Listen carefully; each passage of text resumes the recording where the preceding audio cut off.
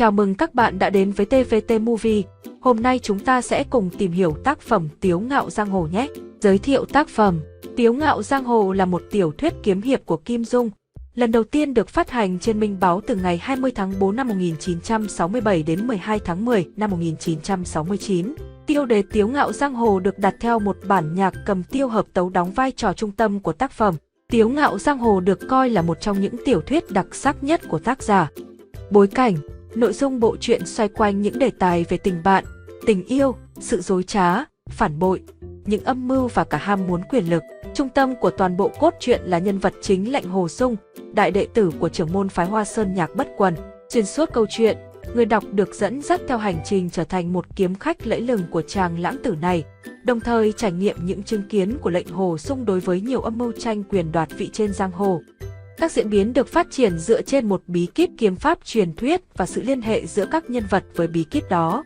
Theo lời đồn đại trên giang hồ, trong gia đình nhà họ Lâm có một pho kiếm phổ chép tay tên gọi Tịch Tà Kiếm Pháp. Người luyện được kiếm pháp này có thể sở hữu tốc độ như sấm chớp, võ công làm mưa làm gió trốn võ lâm. Nhiều người thực sự thèm khát có được nó. Trong đó có những nhân vật tiếng tăm trên giang hồ như Tả Lãnh Thiền trưởng môn phái Tung Sơn, Minh chủ khối Ngũ Nhạc, Nhạc Bất Quần trưởng môn phái Hoa Sơn, Dư Thương Hải trưởng môn phái Thanh Thành hay Mộc Cao Phong, Lao Đức Nào. Chính từ đây đã nảy sinh bao âm mưu, bất hòa, tranh chấp hòng giành giật pho bí kíp này, xưng bá võ lâm. Các bạn đang xem video trên kênh TVT Movie, hãy nhấn đăng ký và chia sẻ video nhé. Tóm tắt nội dung, mọi tranh chấp trong Tiếu Ngạo Giang Hồ đều bắt nguồn từ những huyền thoại về Tịch Tà Kiếm Pháp của họ Lâm, Lâm Viễn Đồ. Trong quá khứ, Lâm Viễn Đồ ban đầu là một nhà sư pháp danh Nguyên Thiền Sư, là đệ tử của Hồng Diệp Thiền Sư. Sau đó vô tình nhận được một phần bí kíp Quỳ Hoa Bảo Điển ở phái Hoa Sơn từ Nguyên Mẫn Túc và Chu Tử Phong. Ông đã hoàn tục, rời chùa Thiếu Lâm, lập gia đình, lập ra Phước Oai Tiêu Cục ở Phúc Châu. Ông trở thành một cao thủ kiếm thuật, sử dụng 72 đường kiếm gọi là Tịch Tà Kiếm Pháp đánh bại nhiều cao thủ. Trong đó có đệ nhất kiếm thuật Trương Thanh Tử thuộc phái Thanh Thành, nên bí kíp Tịch Tà Kiếm Pháp đã khiến nhiều nhân vật giang hồ thèm muốn. Tuy nhiên, Lâm Viễn Đồ hiểu tác hại của Tịch Tà Kiếm Pháp nên đã không cho con cháu mình luyện tập.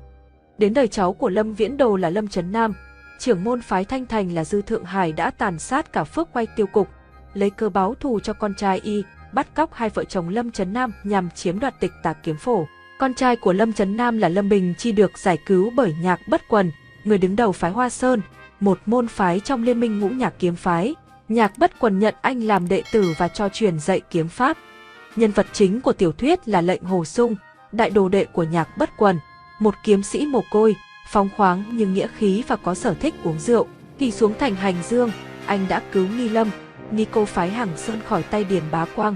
Trong khi đó, Lưu Chính Phong của phái Hành Sơn quyết định rời khỏi giang hồ và mời các đồng đạo đến dự lễ rửa tay gác kiếm. Sự kiện này biến thành bể máu khi trưởng môn Tả Lãnh Thiền của phái Tung Sơn và các giáo phái chính thống khác cáo buộc Lưu Chính Phong câu kết với ma giáo do kết bạn với Khốc Dương của Nhật Nguyệt Thần giáo. Cả hai bị bao vây bởi người của phái Tung Sơn nên phải tự tử ở núi Hành Sơn.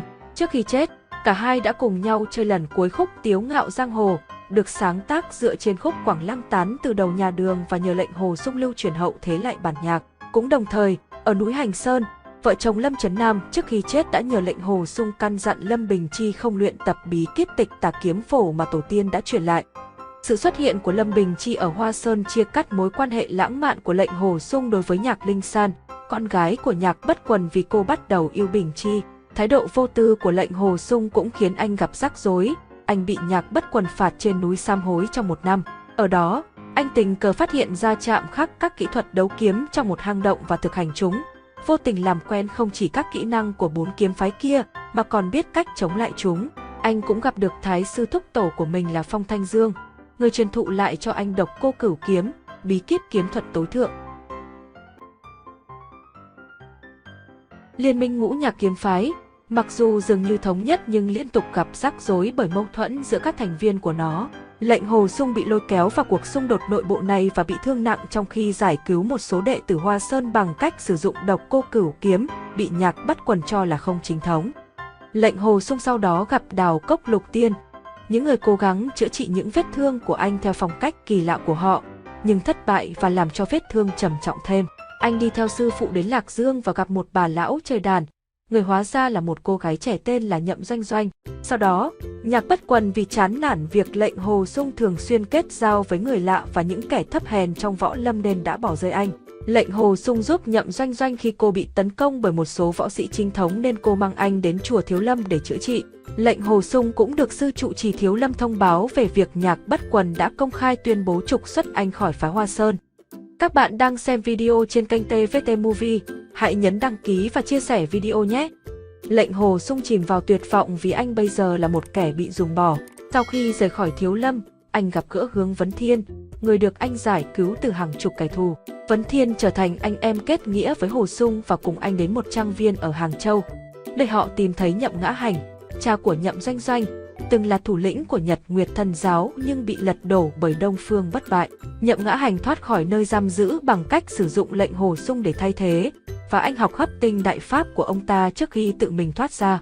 Nhậm Ngã Hành trở về để cứu Doanh Doanh và có ý gả con gái mình cho Hồ Sung để thuyết phục anh tham gia giáo phái của mình, nhưng bị từ chối. Lệnh Hồ Sung sau giúp Nhậm Ngã Hành giành lại quyền kiểm soát Nhật Nguyệt Thần Giáo bằng cách đánh bại Đông Phương Bất Bại, người có sức mạnh vô song, nhưng trở nên phân tâm khi người yêu bị tấn công.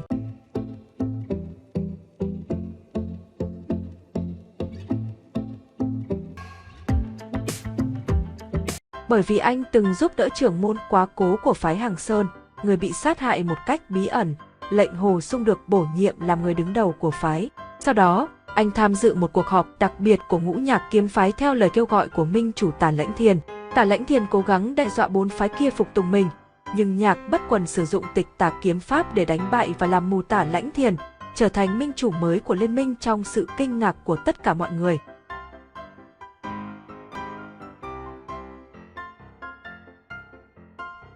Sau khi rời khỏi cuộc họp, lệnh Hồ Sung và Nhậm Doanh Doanh chứng kiến Lâm Bình Chi tàn sát người của phái Thanh Thành để trả thù cho gia đình mình, và nghe lỏm được cuộc trò chuyện giữa anh và vợ là Nhạc Linh San. Trong đó Bình Chi tiết lộ rằng anh và Nhạc Bất Quần đã học được Tịch Tà kiếm pháp.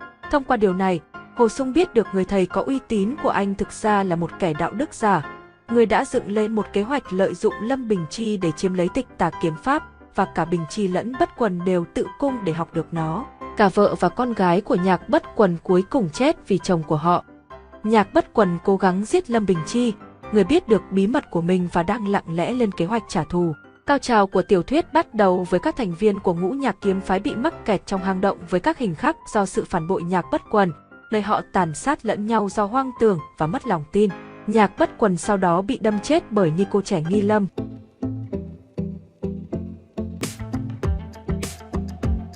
Nhậm Ngã Hành, do say sưa với quyền lực, quyết định mở một cuộc tấn công để đánh bại các giáo phái chính thống kể cả Thiếu Lâm và Võ Đang, đồng thời cố gắng ép buộc lệnh Hồ Sung tham gia giáo phái của mình, nhưng chết ngay vào thời điểm quan trọng trong một cơn đột quỵ do cuồng vọng của chính ông gây nên.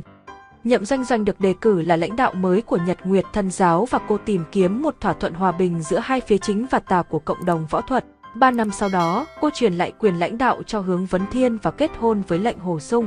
Chán nản bởi tất cả các xung đột do tranh giành quyền lực, lệnh Hồ Sung và Nhậm Doanh Doanh từ bỏ giang hồ, sống hạnh phúc sau đám cưới, khi mà hai phái chính và tà đạt được một thỏa thuận hòa bình tạm thời.